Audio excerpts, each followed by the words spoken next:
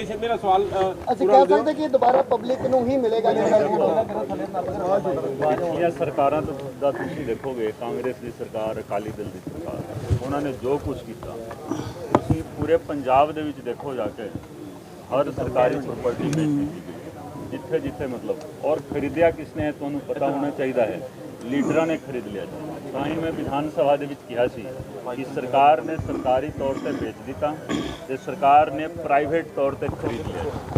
ਤੁਸੀਂ ਸੈਂਟਰਲ ਜੇਲ੍ਹ ਗੁਮਟਾਲਾ ਦੀ ਜ਼ਮੀਨ ਦੇਖ ਸਕਦੇ ਹੋ, ਗੁਮਟਾਲਾ ਦੀ ਜ਼ਮੀਨ ਵਿਕ ਗਈ, ਜੇਲ੍ਹ ਦੀ ਜ਼ਮੀਨ ਕਿਹਦੇ ਕੋਲ ਹੈ, ਤੁਸੀਂ ਮਾਲਕੀ ਜਾ ਕੇ ਦੇਖੋ। ਕੌਣ ਹੈ ਸਰ? ਕੌਣ ਮਾਲਕ ਦੱਸ ਸੁਣੋ तो सही, ये सारा कुछ देखो। फिर जेल ले जाके कितने इन्होंने बनाया, जेल इतने बनना नहीं चाहिए ਸੀ, जेल जिथे ਸੀਗਾ ਉੱਥੇ रहना चाहिए। ਤੁਸੀਂ ਨਾਲ ਦੀ ਜਿਹੜੀ ਇਰੀਗੇਸ਼ਨ ਦੀ ਦਾ ਜੋ ਬਿਲਡਿੰਗ ਹੈ ਤੁਸੀਂ ਦੇਖੋ, ਉਸ ਉੱਥੇ ਵੀ ਜਾ ਕੇ ਤੁਸੀਂ ਦੇਖੋ, ਉਹ ਵੀ ਸਰਕਾਰ ਨੇ ਸਰਕਾਰੀ ਤੌਰ ਤੇ ਵੇਚਿਆ, ਨਿੱਜੀ ਤੌਰ ਤੇ ਖਰੀਦਿਆ। ਲੇਕਿਨ ਸਭ ਤੋਂ ਹੈਰਾਨੀ ਵਾਲੀ ਗੱਲ ਅਸੀਂ ਸੁਣਦੇ ਸੀ ਕਾਂਗਰਸ ਸਰਕਾਰ ਦੇ ਵਿੱਚ, ਅਕਾਲੀ ਸਰਕਾਰ ਦੇ ਵਿੱਚ, ਕਿ ਲੋਕਾਂ ਦੀਆਂ ਪ੍ਰਾਪਰਟੀਆਂ ਤੇ ਬਹੁਤ ਕਬਜ਼ੇ ਹੁੰਦੇ ਸੀ। ਇਹ ਲੀਡਰ ਕਰਾਉਂਦੇ ਸੀ, ਲੀਡਰ ਤੇ ਮਾਫੀਆ ਮਿਲ ਕੇ ਕਰਾਉਂਦੇ ਸੀ। ਲੇਕਿਨ ਲੋਕਾਂ ਦੀਆਂ ਪ੍ਰਾਪਰਟੀਆਂ ਤੇ ਕਬਜ਼ਾ ਕਰਦੇ ਕਰਦੇ ਕਰਦੇ ਸਰਕਿਟ ਹਾਊਸ ਤੇ, ਜੇਕਰ ਸਰਕਿਟ ਹਾਊਸ ਤੇ ਕਬਜ਼ਾ ਹੋ ਗਿਆ ਪੋਲੀਟੀਕਲ ਮਾਫੀਆ ਦਾ, ਤਾਂ ਪ੍ਰਜਾਤੰਤਰ ਤੁਸੀਂ ਕਹੋ ਕਿ ਉਹ ਅਨਸੇਫ ਹੋ ਗਿਆ ਜੀ। ਪ੍ਰਜਾਤੰਤਰ ਰਿਹਾ ਨਹੀਂ, ਕਿਉਂਕਿ ਜੋ ਸਰਕਿਟ ਹਾਊਸ ਹੈ ਇਹ ਲੋਕਾਂ ਦਾ ਇਹ ਪ੍ਰਤੀਕ ਹੁੰਦਾ ਹੈ, ਆਮ ਲੋਕਾਂ ਦਾ ਪ੍ਰਤੀਕ ਹੁੰਦਾ ਹੈ। ਔਰ ਦੇਖੋ ਇਹ ਆਮ ਲੋਕਾਂ ਵਾਸਤੇ ਬਣਾਇਆ ਗਿਆ ਹੈ ਸਰਕਿਟ ਹਾਊਸ, ਹੋਰ ਕਿਸੇ ਵਾਸਤੇ ਨਹੀਂ। ਇੱਥੇ ਦੇਖੋ ਮੰਤਰੀ ਸਾਹਿਬਾਨ, ਪ੍ਰਧਾਨ ਮੰਤਰੀ, ਮੁੱਖ ਮੰਤਰੀ ਇਹ ਆਉਂਦੇ ਰਹੇ ਨੇ। ਅਸੀਂ ਡਾਕਟਰ ਮਨਮੋਹਨ ਸਿੰਘ ਜੀ ਜਾਂ ਹੋਰ ਵੀ ਮਤਲਬ ਅਟਲ ਬਿਹਾਰੀ ਵਾਜਪੇਈ, ਤੁਸੀਂ ਦੇਖੋ ਸਾਰੇ ਬਾਦਲ ਸਾਹਿਬ ਆਉਂਦੇ ਸੀ। ਇਹ ਸਾਰੇ ਦੇਖੋ ਚੀਫ ਮਿਨਿਸਟਰ, ਸਾਰੇ ਮੰਤਰੀ ਸਾਹਿਬਾਨ, ਸੀਨੀਅਰ ਅਫਸਰ, ਇਹ ਲੋਕਾਂ ਵਾਸਤੇ ਆਉਂਦੇ ਰਹੇ ਨੇ ਜੀ, ਲੋਕਾਂ ਵਾਸਤੇ, ਲੋਕਾਂ ਦੀਆਂ ਸਮੱਸਿਆਵਾਂ ਸੁਣਨ ਵਾਸਤੇ। ਤੇ ਇੱਥੇ ਲੋਕਾਂ ਦਾ ਜਮਾਵੜਾ ਹੁੰਦਾ ਸੀ, ਠੀਕ ਹੈ।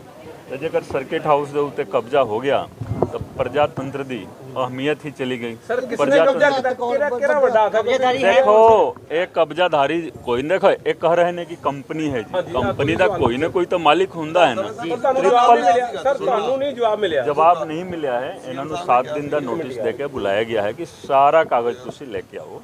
ਇਹ ਸਾਰਾ ਕਾਗਜ਼ ਲੈ ਕੇ ਹੁਣ ਵਿਧਾਨ ਸਭਾ ਦੇ ਵਿੱਚ ਆਉਣਗੇ, ਫਿਰ ਅਸੀਂ ਸਰਕਾਰ ਦੇ ਸਾਹਮਣੇ ਸੀ। ਸਰ ਇਹ ਕੌਣ ਹੈ ਮਾਲਕ ਇਹਦਾ? ਸਰਕਿਟ ਹਾਊਸ ਜਿਹੜਾ ਕੰਪਨੀ ਨਿਰਮਾਣ ਕਰ ਰਹੀ ਕੌਣ ਹੈ? ਤੁਹਾਨੂੰ ਕੀ ਦੱਸਿਆ ਗਿਆ? ਪੀਪੀਪੀ ਮੋਡ ਜਿਹੜਾ ਹੁੰਦਾ ਹੈ ਨਾ, ਪਬਲਿਕ ਪ੍ਰਾਈਵੇਟ ਪਾਰਟਨਰਸ਼ਿਪ, ਤੇ ਤੁਸੀਂ ਹਰ ਚੀਜ਼, ਸੜਕ ਦੇਖੋ ਤੁਸੀਂ ਬਣਵਾ ਦਿੱਤਾ ਜੀ, ਸੜਕ ਦੇ ਤੁਸੀਂ ਉਹ ਲਗਵਾ ਦਿੱਤਾ, ਕੀ ਕਿਹਾ ਜਾਂਦਾ ਹੈ ਉਹਨੂੰ, ਜੋ ਟੋਲ ਬੈਰੀਅਰ ਲਗਵਾ ਦਿੱਤਾ। ਹੁਣ ਦੇਖੋ ਚੰਡੀਗੜ੍ਹ ਤੋਂ ਅੰਮ੍ਰਿਤਸਰ ਆਉਣਾ ਹੈ ਜਾਂ ਅੰਮ੍ਰਿਤਸਰ ਤੋਂ ਚੰਡੀਗੜ੍ਹ ਜਾਣਾ ਹੈ, 6-7 ਥਾਵਾਂ ਤੇ ਤੁਹਾਨੂੰ ਟੋਲ ਟੈਕਸ ਦੇਣਾ ਪੈਂਦਾ ਹੈ, ਠੀਕ ਹੈ।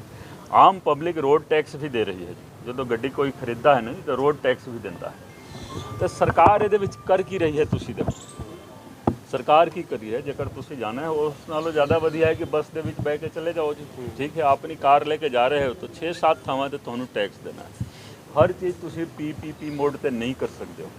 ਤੇ ਜੋ ਇਹ ਜਿਹੜਾ ਐਗਰੀਮੈਂਟ ਕੋਈ ਹੋਇਆ ਹੋਊਗਾ, ਕਾਪੀ ਸਾਡੇ ਕੋਲ ਨਹੀਂ ਆਈ ਹੈ, ਆ ਜਾਏਗੀ। ਕੋਈ ਵੀ ਐਗਰੀਮੈਂਟ, ਤੁਸੀਂ ਕਾਨੂੰਨ ਹੈ ਦੇਖੋ ਇੰਡੀਅਨ ਕੰਟਰੈਕਟ ਐਕਟ ਦੇ ਵਿੱਚ ਕਿ ਕੋਈ ਵੀ ਕੰਟਰੈਕਟ, ਕੋਈ ਵੀ ਐਗਰੀਮੈਂਟ ਜੇਕਰ ਪਬਲਿਕ ਪਾਲਿਸੀ ਦੇ ਖਿਲਾਫ ਹੁੰਦਾ ਹੈ ਤਾਂ ਉਹ ਨਲ ਐਂਡ ਵਾਇਡ ਹੁੰਦਾ ਹੈ।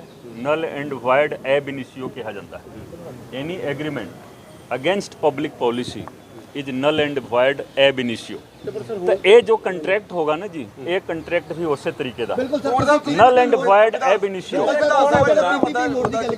ਪਬਲਿਕ ਦੇ ਫਾਇਦੇ ਲਈ ਕੰਮ ਕੀਤੇ ਜਾਂਦੇ। ਤੁਹਾਨੂੰ ਲੱਗਦਾ ਕਿ ਹੋਟਲ ਪਬਲਿਕ ਇਹਦੇ ਵਿੱਚ ਹੁੰਦਾ ਕੀ ਹੈ ਕਿ ਕੰਟਰੋਲ, ਮਤਲਬ ਸਰਕਾਰੀ ਕੰਟਰੋਲ ਹੁੰਦਾ ਹੈ, ਪ੍ਰਾਈਵੇਟ ਨੂੰ ਦਿੱਤਾ ਜਾਂਦਾ ਹੈ। ਲੇਕਿਨ ਤੁਸੀਂ ਦੇਖੋ ਇਹਦੇ ਨਾਲ ਜੇਕਰ ਪਬਲਿਕ ਦਾ ਐਕਸਪਲੋਇਟੇਸ਼ਨ ਹੁੰਦਾ ਹੈ, ਜਾਂ ਇਹ ਜਿਹੜੀ ਬਿਲਡਿੰਗ ਹੈ 1863 ਦੀ ਬਣੀ ਹੋਈ ਹੈ, ਦੇਖੋ ਇਹ ਹੈਰੀਟੇਜ ਬਿਲਡਿੰਗ ਹੈ ਜੀ, ਇਹ ਤਾਂ ਕੋਈ ਲੈ ਹੀ ਨਹੀਂ ਸਕਦਾ ਹੈ ਜੀ। ਇਹ ਤਾਂ ਵੈਸੇ ਵੀ ਆਰਕੀਓਲੋਜੀਕਲ ਸਰਵੇ ਆਫ ਇੰਡੀਆ ਦੇ ਮਤਲਬ ਜੂਰਿਸਡਿਕਸ਼ਨ ਦੇ ਵਿੱਚ ਆ ਜਾਂਦਾ ਹੈ। ये तो कोई भी कंपनी, कोई भी व्यक्ति ले नहीं सकता है और कोई दे भी नहीं सकता है। कैसे यही इंक्वायरी का सब्जेक्ट है, यही तो इंक्वायरी का सब्जेक्ट है ना जी, क्योंकि जो हुक्मरान सीगे उन्होंने आप ही ले लिया ना जी, सरकारी तौर पर बेचे। ये सारा देखो सुनो तो सही, ये मैं विधान सभा ਦੇ ਵਿੱਚ बोल दिता सी, क्लीयर कट बोल दिता सी कि वो जो अधिकारी ने उन्होंने अधिकारियों के कोले पावर नहीं है जी, ਇਹ ਸਰਕਿਟ ਹਾਊਸ ਵੇਚ ਦੇਣਗੇ। ਜੇਕਰ ਮੰਨ ਲਓ ਡਿਪਾਰਟਮੈਂਟ ਆਫ ਜਨਰਲ ਐਡਮਿਨਿਸਟ੍ਰੇਸ਼ਨ ਹੈ, ਉਹਨਾਂ ਦੇ ਕੋਲ ਅਖਤਿਆਰ ਆਇਆ ਕਿੱਥੋਂ ਜੀ? ਕੋਈ ਵੀ ਵਿਅਕਤੀ ਸੰਵਿਧਾਨ ਦੀ ਸਹੁੰ ਚੁੱਕ ਕੇ ਫਿਰ ਆਪਣਾ ਪਦ ਗ੍ਰਹਿਣ ਕਰਦਾ ਹੈ ਜੀ, ਤਾਂ ਕੋਈ ਗੈਰ ਸੰਵਿਧਾਨਿਕ ਕੰਮ ਤੁਸੀਂ ਨਹੀਂ ਕਰ ਸਕਦੇ। ਸਰ ਹੁਣ ਦੇਖੋ ਅਸੀਂ ਐਮਐਲਏ ਬਣ ਕੇ, ਜਿਸ ਤਰ੍ਹਾਂ ਅਸੀਂ ਮੰਨ ਲਓ ਸਾਡੀ ਵਿਧਾਨ ਸਭਾ ਕਨਸਟੀਟਿਊਟ ਹੋਈ 17 ਮਾਰਚ ਨੂੰ, ਤੇ ਸਭ ਤੋਂ ਪਹਿਲਾਂ ਅਸੀਂ ਸਹੁੰ ਚੁੱਕੀ ਸੀ ਸੰਵਿਧਾਨ ਦੀ ਸਹੁੰ, ਠੀਕ ਹੈ ਕਿ ਨਹੀਂ? ਤਾਂ ਜੇਕਰ ਕੋਈ ਵੀ ਵਿਅਕਤੀ ਗੈਰ ਸੰਵਿਧਾਨਿਕ ਕੰਮ ਕਰਦਾ ਹੈ, ਅਫਸਰ ਜਿਸ ਦਿਨ ਨੌਕਰੀ ਜੁਆਇਨ ਕਰਦਾ ਹੈ ਉਸੇ ਦਿਨ ਉਹਨੂੰ ਵੀ ਸਹੁੰ ਚੁੱਕਣੀ ਪੈਂਦੀ ਹੈ, ਔਰ ਇਨ ਰਾਈਟਿੰਗ ਹੁੰਦਾ ਹੈ। ਇਹ ਕੇਵਲ ਜ਼ਬਾਨੀ ਨਹੀਂ ਹੁੰਦਾ ਹੈ, ਇਨ ਰਾਈਟਿੰਗ ਹੁੰਦਾ ਹੈ, ਥੱਲੇ ਸਿਗਨੇਚਰ ਹੁੰਦਾ ਹੈ। ਤੇ ਗੈਰ ਸੰਵਿਧਾਨਿਕ ਕੰਮ ਕੋਈ ਵੀ ਕਰੇ, ਸਰਕਿਟ ਹਾਊਸ ਤੁਸੀਂ ਕਿਸ ਤਰ੍ਹਾਂ ਵੇਚ ਸਕਦੇ ਹੋ? ਕੱਲ ਹੋ ਕੇ ਸੁਣੋ, ਮੇਰੀ ਗੱਲ ਸੁਣੋ, ਮੇਰੀ ਗੱਲ ਸੁਣੋ, ਮੇਰੀ ਗੱਲ ਸੁਣੋ। ਇਨਸਾਫ ਤਾਂ ਸਰਕਾਰ ਨੇ ਦੇਣਾ ਹੈ ਜੀ। ਪਿਛਲੀ ਸਰਕਾਰ ਨੇ ਇਹ ਸਾਰਾ ਸਕੈਮ ਹੈ, ਇਹਨੂੰ ਸਕੈਮ ਅਸੀਂ ਕਰ ਰਹੇ ਹਾਂ, ਸਕੈਂਡਲ ਹੈ ਜੀ। ਪਿਛਲੀ ਸਰਕਾਰ ਵੱਲੋਂ ਇਹ ਸਕੈਂਡਲ ਕੀਤਾ ਗਿਆ ਹੈ, ਤੇ ਇਹ ਜੋ ਸਰਕਾਰ ਆਮ ਆਦਮੀ ਪਾਰਟੀ ਦੀ ਸਰਕਾਰ ਹੈ, ਇਹ ਸਰਕਾਰ ਇਨਸਾਫ ਕਰੇਗੀ ਜੀ। ਕੱਲ ਹੋ ਕੇ ਤੁਸੀਂ ਦੇਖੋ, ਕੱਲ ਹੋ ਕੇ ਤੁਸੀਂ ਡਿਸਟ੍ਰਿਕਟ ਐਡਮਿਨਿਸਟ੍ਰੇਟਿਵ ਕੰਪਲੈਕਸ ਨੂੰ ਕਹੋ ਕਿ ਅਸੀਂ ਪੀਪੀ ਮੋਡ ਤੇ ਦੇ ਦੇਣਾ, ਤੁਸੀਂ ਪੰਜਾਬ ਵਿਧਾਨ ਸਭਾ ਦੇ ਬਿਲਡਿੰਗ ਨੂੰ ਤੁਸੀਂ ਕਹੋ ਕਿ ਪੀਪੀਪੀ ਮੋਡ ਤੇ ਦੇ ਦੇਣੀ। ਹਾਂ, ਜੋ ਸੈਕਟਰੀਏਟ ਹੈ ਪੰਜਾਬ ਸਰਕਾਰ ਦਾ, ਪੰਜਾਬ ਪੁਲਿਸ ਦਾ ਹੈੱਡਕੁਆਟਰ ਹੈ, ਤੁਸੀਂ ਕਹੋ ਕਿ ਅਸੀਂ ਪੀਪੀਪੀ ਮੋਡ ਤੇ ਦੇ ਦੇਣੇ ਹਾਂ ਜੀ, ਠੀਕ ਹੈ। ਕਿਉਂ ਇਹਦੀ ਲੋੜ ਕਿਉਂ ਪਈ? ਸਭ ਤੋਂ ਪਹਿਲਾਂ ਇਹ ਦੇਖਣਾ ਪਵੇਗਾ ਨਾ ਜੀ, ਇਹਦੀ ਲੋੜ ਕਿਉਂ? ਇਸੇ ਚੀਜ਼ ਦੀ ਇਨਕੁਆਇਰੀ ਦੇਖੋ, ਕਮੇਟੀ ਨੇ ਇਨਕੁਆਇਰੀ ਕਰਨੀ ਹੈ, ਮੈਂਬਰ ਸਾਹਿਬਾਨ ਵੀ ਆਏ ਨੇ, ਅਸੀਂ ਹਰ ਜ਼ਿਲ੍ਹੇ ਦੇ ਵਿੱਚ ਜਾ ਰਹੇ ਹਾਂ, ਜ਼ਿਲ੍ਹੇ ਦੀ ਜੋ ਸਮੱਸਿਆ ਹੈ। ਤੇ ਜਿਸ ਤਰ੍ਹਾਂ ਬੱਗਾ ਸਾਹਿਬ ਨੇ ਕਿਹਾ, ਇਹ ਦੇਖੋ ਅਸੀਂ ਕੱਲ ਤੋਂ ਵੱਖ-ਵੱਖ ਥਾਵਾਂ ਤੇ ਅੰਮ੍ਰਿਤਸਰ ਦੇ ਵਿੱਚ ਜਾ ਰਹੇ ਹਾਂ, ਇਸੇ ਤਰੀਕੇ ਦੇ ਨਾਲ ਹਰ ਜ਼ਿਲ੍ਹੇ ਦੇ ਵਿੱਚ ਜਾਣਾ ਹੈ। ਔਰ ਜੋ ਸਾਡਾ ਜੁਰਿਸਡਿਕਸ਼ਨ ਹੈ, ਕਮੇਟੀ ਦਾ ਜੋ ਜੁਰਿਸਡਿਕਸ਼ਨ ਹੈ, ਉਸ ਜੁਰਿਸਡਿਕਸ਼ਨ ਦੇ ਵਿੱਚ ਰਹਿ ਕੇ ਅਸੀਂ ਕੰਮ ਕਰ ਰਹੇ ਹਾਂ।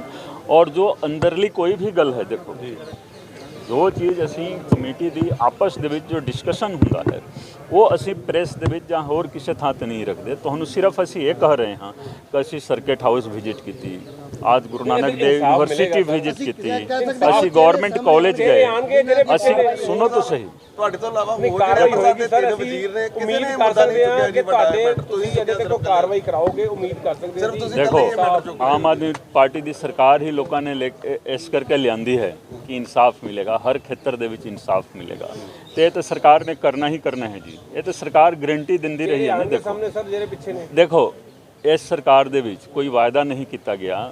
ਕੈਂਪੇਨਿੰਗ ਦੇ ਦੌਰਾਨ ਵੀ ਅਸੀਂ ਦੇਖੋ ਸਾਰੇ ਗਰੰਟੀਆਂ ਦਿੰਦੇ ਰਹੇ ਹਾਂ, ਤਾਂ ਅਸੀਂ ਗਰੰਟੀ ਦਿੱਤੀ ਹੈ ਜੀ। ਤੇ ਇਸ ਕਰਕੇ ਅਸੀਂ ਇਸ ਵੇਲੇ ਵੀ ਕੋਈ ਮਤਲਬ ਵਾਅਦਾ ਨਹੀਂ ਕਰ ਰਹੇ ਹਾਂ, ਲੇਕਿਨ ਅਸੀਂ ਗਰੰਟੀ ਦੇ ਰੂਪ ਦੇ ਵਿੱਚ ਤੁਸੀਂ ਲਓ। ਕੀ ਗਰੰਟੀ ਹੈ ਕਿ ਗਰੰਟੀ ਦੇਖੋ, ਇਹ ਜਿਹੜੀ ਪ੍ਰਾਪਰਟੀ ਹੈ ਨਾ ਜੀ, ਜੋ ਵੀ ਕੋਈ ਨਾ ਕੋਈ ਮਾਲਿਕ ਹੈ, ਦੇਖੋ ਜੇ ਅਸੀਂ ਜਾਵਾਂਗੇ ਨਾ, ਮੇਰੀ ਗੱਲ ਤਾਂ ਸੁਣੋ, ਮੇਰੀ ਗੱਲ ਸੁਣੋ, ਮੇਰੀ ਗੱਲ ਸੁਣੋ। 1995 ਦੇ ਵਿੱਚ, ਮੇਰੀ ਗੱਲ ਸੁਣੋ, 1995 ਦੇ ਵਿੱਚ ਬਿਲਡਿੰਗ ਬਣੀ ਹੈ। ਇਹ ਆਪ ਕਹਿ ਰਹੇ ਨੇ ਕਿ 50 ਸਾਲ ਉਹਦੀ ਮਿਆਦ ਸੀ, ਠੀਕ ਹੈ ਕਿ ਨਹੀਂ? ਤੇ 2045 ਤੱਕ ਉਸ ਬਿਲਡਿੰਗ ਦੇ ਵਿੱਚ ਖਰੋਚ ਵੀ ਨਹੀਂ ਆਉਣੀ ਚਾਹੀਦੀ ਸੀ, ਠੀਕ ਹੈ ਜੀ। ਤੇ 2045 ਤੋਂ ਪਹਿਲਾਂ ਜੇਕਰ ਕੋਈ ਵੀ ਉਹਨੂੰ ਡਿਸਮੈਂਟਲ ਕਰਦਾ ਹੈ ਤਾਂ ਉਹ ਅਪਰਾਧੀ ਹੈ ਜੀ, ਉਹ ਜਨਤਾ ਦਾ, ਸਰਕਾਰ ਦਾ ਔਰ ਡੈਮੋਕ੍ਰੇਸੀ ਦਾ ਅਪਰਾਧੀ ਹੈ। ਅਜੇ ਤੱਕ ਐਫਆਈਆਰ ਨਹੀਂ ਘੂਰ ਸਾਹਿਬ ਹੋਈ ਜੇ ਅਪਰਾਧੀ ਸੀਗਾ। ਦੇਖੋ ਸਾਰਾ ਕੁਝ ਹੋਣਾ ਹੈ ਨਾ, ਦੇਖੋ ਸਾਰਾ ਕੁਝ ਹੋਣਾ ਹੈ ਤੁਸੀਂ। ਤੇ ਇਸ ਕਰਕੇ ਦੇਖੋ ਅਸੀਂ ਜੋ ਆਪਣੀ ਮੀਟਿੰਗ ਦੀ ਜੋ ਕੋਈ ਵੀ ਚੀਜ਼ ਹੈ, ਫੈਕਟਸ ਹੈ, ਫਿਗਰਸ ਹੈ, ਉਹ ਤੁਹਾਡੇ ਨਾਲ ਇਸ ਵੇਲੇ ਨਹੀਂ ਸਾਂਝੀ ਕਰਾਂਗੇ, ਕਿਉਂਕਿ ਸਾਡੇ ਮੈਂਡੇਟ ਦੇ ਵਿੱਚ ਇਹ ਹੁੰਦਾ ਹੈ ਕਿ ਜੋ ਅਸੀਂ ਅੰਦਰਲੀ ਮੀਟਿੰਗ ਕਰਦੇ ਹਾਂ, ਉਸ ਮੀਟਿੰਗ ਦੀ ਗੱਲ ਨੂੰ ਬਾਹਰ ਨਹੀਂ ਸਾਂਝੀ ਕਰਦੇ। ਇਨਵੈਸਟੀਗੇਸ਼ਨ ਤੁਸੀਂ ਮੰਨਦੇ ਹੋ ਕਿ ਸਾਰਾ ਕੁਝ ਗਲਤ ਹੋਇਆ? ਦੇਖੋ ਇਹ ਸਾਰਾ ਆਬਜ਼ਰਵੇਸ਼ਨ ਹੈ, ਸਾਡਾ ਕੰਮ ਹੈ ਆਬਜ਼ਰਵੇਸ਼ਨ। ਅਧਿਕਾਰੀਆਂ ਕੋਲੋਂ ਇਨਫੋਰਮੇਸ਼ਨ ਲੈ ਕੇ ਅਸੀਂ ਵਿਧਾਨ ਸਭਾ ਦੇ ਰਾਹੀਂ ਸਰਕਾਰ ਨੂੰ ਦੇਣਾ ਹੈ। ਕਿਸੇ ਇਨਵੈਸਟੀਗੇਸ਼ਨ ਏਜੰਸੀ ਜੋ ਸਿਫਾਰਿਸ਼ ਕਰ ਸਕਦੀ ਹੈ ਕਿ ਇਹਦੀ ਜਾਂਚ ਕਰਵਾਈ ਜਾਏ? ਇਹ ਦੇਖੋ ਮਾਨਯੋਗ ਮੰਤਰੀ ਸਾਹਿਬ ਨੇ ਆਲਰੇਡੀ ਐਸ਼ੋਰੈਂਸ ਦਿੱਤੀ ਹੋਈ ਹੈ ਕਿ ਇਸ ਦੀ ਵਿਜੀਲੈਂਸ ਦੇ ਰਾਹੀਂ ਜਾਂਚ ਕਰਾਉਣਗੇ, ਤਾਂ ਵਿਜੀਲੈਂਸ ਦੇ ਰਾਹੀਂ ਜਾਂਚ ਇਹਦੀ ਹੋਣੀ। ਸਰ ਇੱਕ ਸਵਾਲ ਹੈ ਤੁਹਾਡੇ ਨਾਲ, ਜੋ ਕਿ ਤੁਹਾਡੇ ਨਾਲ ਵੀ ਰਿਲੇਟਡ ਮੈਟਰ ਹੈ, ਐਸਆਈਟੀ ਨੇ ਸੁਖਬੀਰ ਬਾਦਲ ਉਹਨਾਂ ਨੂੰ ਸੱਦ ਲਿਆ, ਤੁਸੀਂ ਇਸ ਮੈਟਰ ਦੇ ਉੱਤੇ ਦੇਖੋ ਐਸਆਈਟੀ ਦੀ ਗੱਲ ਅੱਜ ਤੁਸੀਂ ਨਾ ਕਰੋ। ਵੈਸੇ ਕੋਰ ਸਾਹਿਬ ਦੇਖੋ ਮੇਰੀ ਗੱਲ ਸੁਣੋ, ਮੈਂ ਜੋ ਮੇਰੀ ਰਿਪੋਰਟ ਖਾਰਿਜ ਹੋਈ ਸੀ, ਮੈਂ ਉਦੋਂ ਵੀ ਚੈਲੰਜ ਕੀਤਾ ਸੀ, ਤੁਸੀਂ ਸਾਰਿਆਂ ਨੇ ਮੇਰਾ ਇੰਟਰਵਿਊ ਲਿਆ ਸੀ ਕਿ ਕੋਈ ਵੀ ਵਿਅਕਤੀ ਆ ਕੇ ਉਹਦੇ ਵਿੱਚ ਇੱਕ ਲਾਈਨ ਦੀ ਗਲਤੀ ਕੋਈ ਕੱਟ ਦੇਵੇ। ਦੇਖੋ 9 ਅਪ੍ਰੈਲ ਨੂੰ ਰਿਪੋਰਟ ਖਾਰਿਜ ਹੋਈ ਸੀ, ਤੇ ਅੱਜ 25 ਅਗਸਤ ਹੈ ਜੀ। 1 ਸਾਲ 4 ਮਹੀਨੇ ਹੋ ਗਏ, 1 ਸਾਲ 4 ਮਹੀਨੇ ਹੋ ਗਏ, ਕੋਈ ਵੀ ਵਿਅਕਤੀ ਆਇਆ ਨਹੀਂ ਨਾ ਕਿ ਹਾਂ ਇਹ ਲਾਈਨ ਗਲਤ ਹੈ ਜੀ। ਹੁਣ ਵੀ ਮੈਂ ਲਾਈਵ ਹੋ ਕੇ ਤਿਆਰ ਹਾਂ ਜੀ, ਜੇਕਰ ਕੋਈ ਆਉਂਦਾ ਹੈ ਨਾ ਕਿ ਇਹ ਲਾਈਨ ਗਲਤ ਹੈ ਤਾਂ ਮੈਂ ਉਸੇ ਟਾਈਮ ਲਾਈਵ ਹੋ ਜਾਵਾਂਗੇ ਜੀ, ਅਸੀਂ ਸੋਸ਼ਲ ਮੀਡੀਆ ਤੇ ਲਾਈਵ ਹੋ ਜਾਵਾਂਗੇ। ਲੇਕਿਨ ਕਿਸੇ ਨੂੰ ਹਿੰਮਤ ਹੈ ਤਾਂ ਇੱਕ ਲਾਈਨ ਦੀ ਗਲਤੀ ਕੱਢ ਦੇਵੇ, ਸਿਰਫ ਤੇ ਸਿਰਫ। ਦੇਖੋ ਯਾਨੀ ਉਮੀਦ ਕਰ ਸਕਦੇ ਲੋਕ ਹੁਣ ਉਹਦੇ ਵਿੱਚ ਵੀ ਇਨਸਾਫ ਦੀ ਤੁਹਾਡੀ ਸਰਕਾਰ ਦੇ ਦੌਰਾਨ? ਉਮੀਦ ਤਾਂ ਅਸੀਂ ਕਰ ਸਕਦੇ ਹਾਂ, ਲੇਕਿਨ ਕਰੇਗਾ ਕੌਣ? ਗੱਲ ਤਾਂ ਇਹ ਹੈ ਕਿ ਉਹ ਜਿਹੜਾ ਪਰਿਵਾਰ ਹੈ ਨਾ ਜੀ, ਉਸ ਪਰਿਵਾਰ ਦੇ ਖਿਲਾਫ ਕੋਈ ਬੋਲ ਕੇ ਰਾਜੀ ਨਹੀਂ ਹੈ, ਕੋਈ ਅਫਸਰ ਹੀ ਨਹੀਂ ਹੈ। ਸੰਬੰਧ ਤਾਂ ਕਰ ਲਿਆ, ਤੁਹਾਡੀ ਕੋਰ ਸਾਹਿਬ ਸੁਣੋ ਤਾਂ ਸਹੀ, ਅਫਸਰ ਕੋਈ ਹੈ ਹੀ ਨਹੀਂ ਜੀ, ਅਫਸਰ ਹੀ ਨਹੀਂ ਹੈ। ਜੇਕਰ ਅਫਸਰ ਹੁੰਦਾ ਤਾਂ ਨਸ਼ੇ ਦੇ ਥੋਕ ਵਪਾਰੀ ਦਾ ਰਿਮਾਂਡ ਲੈ ਸਕਦੇ ਸੀ। ਰਿਮਾਂਡ ਮਤਲਬ ਕੋਈ ਤਿਆਰ ਹੀ ਨਹੀਂ, ਨਾ ਤਾਂ ਚੰਨੀ ਸਾਹਿਬ ਦੀ ਸਰਕਾਰ ਦੇ ਵੇਲੇ, ਨਾ ਹੁਣ ਵੀ ਅਫਸਰ ਹੀ ਨਹੀਂ ਹੈ। ਅਫਸਰ ਜੇਕਰ ਕੋਈ ਹੋਊਗਾ ਉਸ ਪਰਿਵਾਰ ਦੇ ਖਿਲਾਫ ਕੋਈ ਕੰਮ ਹੀ ਨਹੀਂ ਕਰ ਸਕਦਾ। ਕਿੱਥੋਂ ਆਏਗਾ ਫਿਰ ਇਨਸਾਫ? ਤਾਂ ਦੇਖੋ ਤਾਂ ਹੀ ਨੌਕਰੀ ਜਦੋਂ ਛੱਡੀ ਸੀ, ਮੈਂ ਨੌਕਰੀ ਛੱਡਣ ਤੋਂ ਬਾਅਦ ਮੇਰਾ ਫੇਸਬੁੱਕ ਤੁਸੀਂ ਅੱਜ ਜ਼ਰੂਰ ਦੇਖਣਾ, 13 ਅਪ੍ਰੈਲ 2021 ਦਾ ਮੈਂ ਲਿਖ ਦਿੱਤਾ ਸੀ ਕਿ ਮੈਂ ਆਪਣੀ ਅਪੀਲ ਗੁਰੂ ਗੋਬਿੰਦ ਸਿੰਘ ਜੀ ਦੀ ਅਦਾਲਤ ਦੇ ਵਿੱਚ ਰੱਖ ਦਿੱਤੀ ਹੈ ਤੇ ਇਨਸਾਫ ਉਹਨਾਂ ਨੇ ਕਰਨਾ ਹੈ। ਤਾਂ ਜੇਕਰ ਸੁਣੋ ਤਾਂ ਸਹੀ, ਨਹੀਂ ਦੇਖੋ, ਜੇਕਰ ਇਨਸਾਫ ਦੁਨਿਆਵੀ ਅਦਾਲਤ ਨਹੀਂ ਕਰੇਗੀ, ਜੇਕਰ ਸਰਕਾਰ ਨਹੀਂ ਕਰੇਗੀ, ਕੋਈ ਵੀ ਹੋਵੇ, ਤਾਂ ਗੁਰੂ ਗੋਬਿੰਦ ਸਿੰਘ ਜੀ ਦੀ ਅਦਾਲਤ ਨੇ ਕਰਨਾ ਹੀ ਕਰਨਾ ਹੈ ਜੀ। ਤਾਂ ਹੀ ਦੇਖੋ 1 ਸਾਲ 4 ਮਹੀਨਾ ਪਹਿਲਾਂ 13 ਅਪ੍ਰੈਲ ਨੂੰ ਇਹ ਮੈਂ ਕੁਝ ਸੋਚ ਵਿਚਾਰ ਕੇ ਹੀ ਅਪੀਲ ਪਾਈ ਸੀ ਨਾ ਜੀ, ਕਿ ਇਹ ਉਦੋਂ ਤਾਂ ਮੈਂ ਕਿਸੇ ਪਾਰਟੀ ਦੇ ਵਿੱਚ ਵੀ ਨਹੀਂ ਸੀਗਾ, ਉਦੋਂ ਤਾਂ ਮੈਂ ਨੌਕਰੀ ਛੱਡੀ ਸੀ। IPS ਦੀ ਨੌਕਰੀ ਛੱਡਣਾ ਕੋਈ ਸਧਾਰਨ ਕੰਮ ਨਹੀਂ ਹੈ ਜੀ, ਇਹ ਗੁੱਡਾ ਗੁੱਡੀ ਦਾ ਖੇਲ ਨਹੀਂ ਹੈ। IPS ਜੋ ਬੱਚੇ ਕਰ ਰਹੇ ਨੇ ਤੁਸੀਂ ਪੁੱਛੋ, ਠੀਕ ਹੈ ਨਾ। ਮੇਰੀ ਗੱਲ ਤਾਂ ਸੁਣੋ ਨਾ, ਮੇਰੀ ਗੱਲ ਸੁਣੋ, ਤੁਸੀਂ ਨੌਕਰੀ ਤੋਂ ਮੇਰੀ ਗੱਲ ਤਾਂ ਸੁਣੋ। 13 ਅਪ੍ਰੈਲ 2021 ਜਦੋਂ ਮੈਂ ਫੇਸਬੁੱਕ ਪੋਸਟ ਲਿਖਿਆ ਸੀ, ਉਦੋਂ ਮੈਂ ਕਿਸੇ ਪਾਰਟੀ ਦੇ ਵਿੱਚ ਨਹੀਂ ਸੀਗਾ। ਉਦੋਂ ਹੀ ਮੈਂ ਲਿਖ ਦਿੱਤਾ ਸੀ ਕਿ ਇਹ ਅਪੀਲ ਗੁਰੂ ਗੋਬਿੰਦ ਸਿੰਘ ਜੀ ਦੀ ਅਦਾਲਤ ਦੇ ਵਿੱਚ ਮੈਂ ਕਰ ਰਿਹਾ ਜੀ। ਕੁਝ ਸੋਚ ਵਿਚਾਰ ਕੇ ਹੀ ਨਾ, ਮੈਨੂੰ ਕਾਨੂੰਨ ਦਾ ਵੀ ਪਤਾ ਹੈ ਜੀ, LLB ਕੀਤੀ ਹੋਈ ਹੈ, ਔਰ ਅੱਜ ਵੀ ਮੈਂ ਇੱਕ ਪ੍ਰੋਫੈਸ਼ਨਲ ਐਡਵੋਕੇਟ ਹਾਂ। ਪੁਲਿਸ ਦੇ ਬਾਰੇ ਦੇਖੋ, ਪੰਜਾਬ ਪੁਲਿਸ ਰੂਲ ਦੇ ਬਾਰੇ ਪੂਰੀ ਜਾਣਕਾਰੀ ਰੱਖਦਾ ਹਾਂ, ਇਸ ਮੁਲਕ ਦੇ ਕਨਸਟੀਟਿਊਸ਼ਨ ਦੇ ਬਾਰੇ ਪੂਰੀ ਜਾਣਕਾਰੀ ਰੱਖਦਾ ਹਾਂ। ਫਿਰ ਵੀ ਗੁਰੂ ਗੋਬਿੰਦ ਸਿੰਘ ਜੀ ਦੀ ਅਦਾਲਤ ਦੇ ਵਿੱਚ ਜਾਣ ਦੀ ਕਿਉਂ ਲੋੜ ਪਈ? ਇਹ ਤੁਸੀਂ ਸੋਚੋ, ਆਪ ਸੋਚਣਾ। ਸਮਝਦੇ ਹੋ ਕਿ ਜੈਨੂਇਨ ਹੈ ਬਿਲਕੁਲ ਇਹਦੇ ਵਿੱਚ? ਦੇਖੋ ਕੋਈ ਅਫਸਰ ਗ੍ਰਿਫਤਾਰ ਕਰਨ ਦੀ ਤਵੱਜੋ ਰੱਖ ਸਕਦਾ ਹੈ, ਕੋਈ ਹਿੰਮਤ ਰੱਖ ਸਕਦਾ ਹੈ ਨਾ, ਤਾਂ ਗ੍ਰਿਫਤਾਰ ਕਰੇ ਜੀ, ਸਿੱਧੀ ਸੀ ਗੱਲ ਹੈ। ਜਿਸ ਬੰਦੇ ਦੇ ਖਿਲਾਫ ਹੈ ਨਾ ਸਬੂਤ ਹੋਵੇ, ਸਿੱਧਾ ਗ੍ਰਿਫਤਾਰ करे जी, ठीक है ना जी, सीधा गिरफ्तार करके अंदर करो। 7 साल हो गए जी, 7 साल हो गए। गिरफ्तारी होनी चाहिए, सीधी गिरफ्तारी जिन्हां दे खिलाफ सबूत है जी, सबूत है जी। ਪਰ ਹੁਣ ਉਸ ਰਿਪੋਰਟ ਨੂੰ ਆਧਾਰ ਮੰਨਿਆ ਜਾ ਰਿਹਾ ਕਿ ਜਿਹੜੀ ਜਿਸ ਤਰ੍ਹਾਂ ਬਾਤ ਤੁਹਾਡੇ ਤੇ ਬਹੁਤ ਤੁਸੀਂ ਇੱਕ ਚੀਜ਼ ਦੇਖੋ, ਬਾਬਲ ਕਲਾਂ ਵਾਲੀ ਮੇਰੀ ਰਿਪੋਰਟ ਸੀਗੀ, ਹੁਣ ਹਾਈ ਕੋਰਟ ਨੇ 4 ਜੁਲਾਈ ਨੂੰ ਫੈਸਲਾ ਦਿੱਤਾ ਸੀ। ਉਹਦੇ ਵਿੱਚ ਮਾਨਯੋਗ ਹਾਈ ਕੋਰਟ ਨੇ ਕੀ ਕਿਹਾ ਸੀ? ਦੋਸ਼ੀ ਗਏ ਸੀਗੇ ਕਿ ਜਿਸ ਪੈਟਰਨ ਤੇ ਉਹ ਕੋਟ ਕਪੂਰਾ ਵਾਲੀ ਰਿਪੋਰਟ ਖਾਰਿਜ ਹੋਈ ਸੀ, ਬਹਬਲ ਕਲਾ ਦੀ ਵੀ ਖਾਰਿਜ ਕਰੋ। ਲੇਕਿਨ ਖਾਰਿਜ ਤਾਂ ਨਹੀਂ ਹੋਈ ਨਾ। ਇਸ ਦਾ ਕੀ ਮਤਲਬ ਹੈ? ਅਸੀਂ ਮਾਨਯੋਗ ਹਾਈ ਕੋਰਟ ਦੇ ਵਿੱਚ ਸਿਰਫ ਇੱਕ ਲਾਈਨ ਦੀ ਬਹਿਸ ਕੀਤੀ ਸੀ, ਇੱਕ ਲਾਈਨ ਦੀ, ਕਿ ਰਿਪੋਰਟ ਅਦਾਲਤ ਦੇ ਵਿੱਚ ਪਈ ਹੈ ਜੀ, ਸੈਸ਼ਨ ਅਦਾਲਤ ਫਰੀਦਕੋਟ। ਰਿਪੋਰਟ ਓਰੀਜਨਲ ਮੰਗਾ ਲਓ, ਪੜ੍ਹ ਲਓ, ਇੱਕ ਲਾਈਨ ਦੀ ਗਲਤੀ ਹੋਵੇ ਕੁਐਸ ਕਰੋ। ਲੇਕਿਨ ਉਹ ਜਿਹੜੀ ਸਾਡੀ ਰਿਪੋਰਟ ਹੈ ਕੁਐਸ ਤਾਂ ਨਹੀਂ ਹੋਈ ਨਾ, ਜੋ ਦੋਸ਼ੀਆਂ ਨੇ ਮੰਗ ਕੀਤੀ ਸੀ।